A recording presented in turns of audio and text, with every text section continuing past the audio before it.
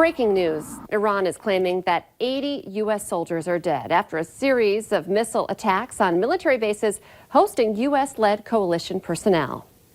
Good morning, everyone. Thanks for waking up with the Valley today. We're just getting started with our nonstop news and weather to the top of the hour to help you plan your day. Despite that claim, the U.S. is not confirming any casualties. Iran fired more than a dozen ballistic missiles on military bases in Iraq that are housing U.S. troops. Iranian state TV released this video that they claim shows those missiles. Overnight, President Donald Trump said, quote, all is well following the attacks, and that an assessment is underway to determine the damage and any possible casualties. The president plans to address the nation a little later this morning. Also breaking news this morning, a Ukrainian airplane carrying at least 170 people crashed this morning shortly after takeoff from Tehran. State TV says everyone on board was killed. The TV station also insists the crash has nothing to do with the strikes launched against U.S. bases, but rather the crash is believed to have been caused by mechanical issues. The plane was a Boeing 737-800, an older model than the Boeing 737 MAX, which has been grounded for nearly 10 months because of two deadly crashes. Just about 9 minutes before the top of the hour, let's get a check of the forecast, and bundle up is the phrase of the day. That's for sure. It's frigid out there. We're looking at conditions so far that are quiet but frigid. And here's a look at our temperature right now in Fargo. We're at 12 below, which is actually an improvement on the 15 below we had just last hour. And we've got light winds, very light, so we're not really factoring that in right now for your wind chill. In contrast, as we're looking ahead to Frisco and anybody traveling down there today, temperatures a huge difference here. We're looking at a 40 to 50 degree difference down there. We're at 35 degrees in Frisco. It should be mild there this week until Saturday, until game day, where we've got some colder air moving in and the potential for some precipitation too.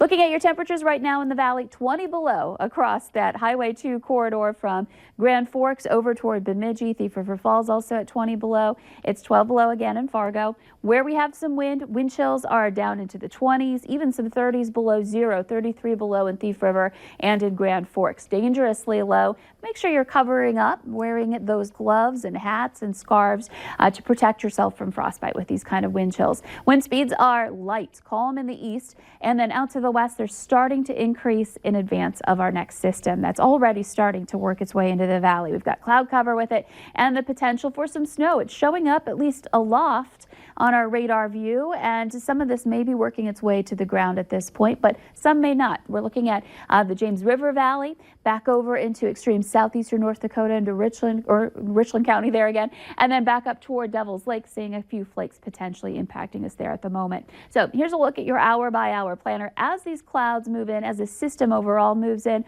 our temperatures will rise, and they'll just slowly climb through the day.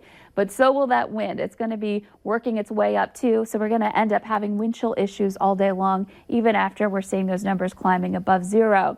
Heading into the afternoon, you could see chances for snow increasing. Doesn't necessarily mean everybody's going to be getting snow through the day, but the potential's there, and eventually that shifts more into the northern valley heading into tonight. We're moving ahead into tomorrow morning and still seeing some of that snow lingering, with blowing snow being an issue regardless of whether we've got falling snow in spots. So best bet for snow is up in the northern valley along the Canadian border here today, 3 inches or more possible. And then that roller coaster weather continues heading into the weekend. Friday is going to be tough, and so will Saturday here in the Red River Valley. So better weather in Frisco, even if it is raining, or maybe even some snow mixed in there on Saturday. And then next week, just a tough week. We're looking at sub-zero highs. Oh, January. It is January around here. That's what happens. Thank you, Lisa. We have new information this morning on North Dakota's new online access to court records. It's now on hold just a few days after it launched. The state Supreme Court is suspending the project after dozens of complaints about privacy concerns. In September, the High Court adopted a rule change on public access to court documents, which aimed to maximize accessibility. That meant people could access documents remotely instead of going to a courthouse to request records. The change took effect January 1st, but is now on hold as the idea is reevaluated. Beltrami County in northern Minnesota is saying no to more refugees. It's the first county in the state and the second in the nation to do so. The county commission voted 3-2 last night to deny consent to refugee resettlement. The move is allowed local governments under an executive order that was signed by President Donald Trump, but it will have little practical effect because no refugees have been resettled in Beltrami County in the past 5 years. Police in Waseca, Minnesota are confirming that their patrol officer who was shot Monday night is gravely injured. They say 32-year-old Eric Matson was shot in the head and is in critical but stable condition at North Memorial Hospital in Robbinsdale. The Minnesota Bureau of Criminal Apprehension says Matson was shot as he and 3 other officers were responding to a report of a suspicious person in a residential neighborhood. Other officers then opened fire on the suspect and hit him twice, but he does not have life-threatening injuries. The suspect is identified as Tyler Janowski. He has not yet been charged in the shooting of Officer Matson, but has a criminal history of being an accessory to murder, burglary, and the manufacture of meth. Waseca is about 70 miles south of Minneapolis. Besides being a police officer, Matson is also a volunteer firefighter and a city councilman in nearby Freeborn, where his family lives. The Fargo School Board and Teachers Union are headed to a state fact-finding commission today in an effort to get contract negotiations moving again. This comes as the two sides have been going back and forth on a contract for months and are now deadlocked. Sticking points in the contracts include pay, time off, and professional development, among other topics. Teams from both parties will be at the 4:15 hearing this afternoon at Fargo South High School. Snowplow drivers just can't seem to catch a break after our last big storm. First, people complained that their streets weren't plowed fast enough, and now some are griping about snow removal late at night. We've received a number of calls on our whistleblower hotline wondering why plows have to keep people up at night by clearing roads and moving snow. But street crews say there's not much they can do about the safety alarms on their vehicles that beep when they back up, and they say nighttime is when the best work is done. There's also been an uptick in snow removal complaints involving neighbors. Police say the main problem seems to be one person putting snow on someone else's property. There is a new form of a workout that is blowing the others out of the water, and we mean that quite literally. The Valley Today's Abby Furchner joins us live this morning. I can't hear anything. And she is on a surfboard as she joins us live from Fit Elements. Good morning, Abby.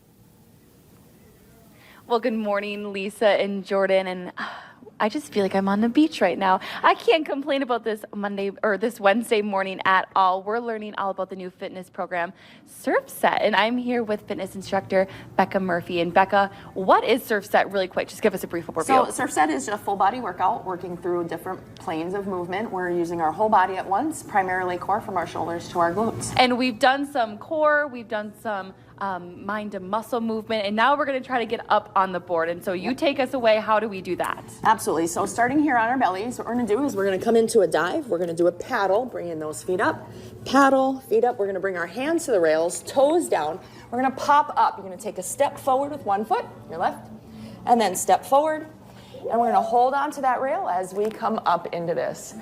Now, up on the board into our surf stance, we're going to go ahead and lean back. It's almost like a sideways lunge. And then I'm going to come forward and I'm going to come down and touch the rail of the board. Coming back into that lunge and forward into that reach. Wow. One more time, back into that lunge. I'm going to bring both hands down to the rails, step back with both feet, and come back down to my belly. Oh, goodness.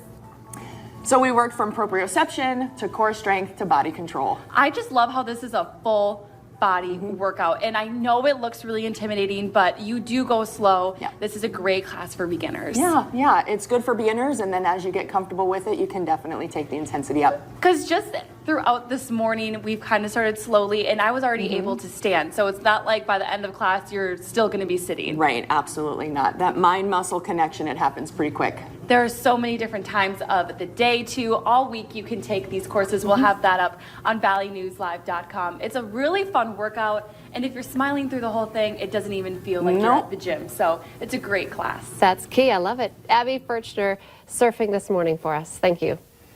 Hey, remember to join us tonight as our Proceed Road to Frisco coverage starts live in Frisco, Texas with the Bison football team. We're going to bring you all the latest all this week, taking you up to our 90-minute long Farmers Union Insurance Bison football pregame show on Saturday morning. Coverage starts at 9:30 that day with kickoff to follow at 11 between the Bison and the Dukes. And let's get the answer now to our question of the morning on Facebook. That question, 20% of Americans start doing this in January. They start Christmas shopping. That's the answer. Those guys are way ahead of the game. I think that you just want to shop for some more warm clothes for yourself right now. Yeah, it's cold out there. Temperatures have been into the teens, even some 20s below. Here's a look at our lowest numbers so far, down to 26 below in Foston. Fargo got down to 18 below. Look where we are currently, 10 below. So we're starting very slowly to climb out, but you can see there are lots of places well below zero. Make sure you're bundled up. And then watch out for wind and a little bit of snow coming up for later today, even starting up this morning. The Today Show and CBS This Morning are just about to start, but the Valley Today rolls on. You can join us right now for more.